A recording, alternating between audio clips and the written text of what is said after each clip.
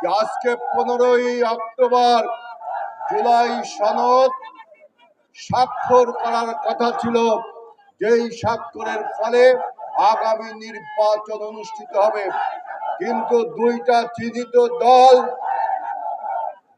চিহ্নিত দল আজকে নির্বাচনকে অনিশ্চিত করবার জন্য জুলাই সনদকে স্বাক্ষর করছে না।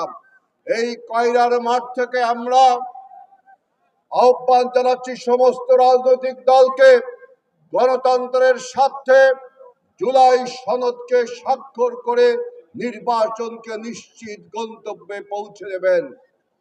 এই কয়রার মাঠ থেকে আমরা আরেকটি ঘোষণা করছি, বর্তমান অন্তর্বর্তীকালীন সরকারের যে উপদেষ্টা পরিষদ আছে, আপনাদের নিরপেক্ষতা নিয়ে কিন্তু অনেক প্রশ্ন রয়েছে। আমরা তাই এই কয়রার মাঠ থেকে বলছি, উপদেষ্টা পরিষদ আপনারা নিরপেক্ষভাবে দায়িত্ব পালন করুন।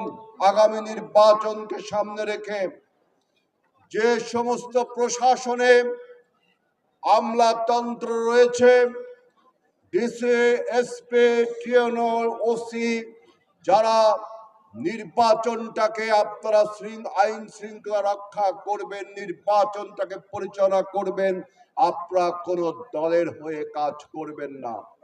কারণ আগামী নির্বাচনটা আমরা প্রতিযোগিতামূলক এবং নিরপেক্ষ দেখতে চাই।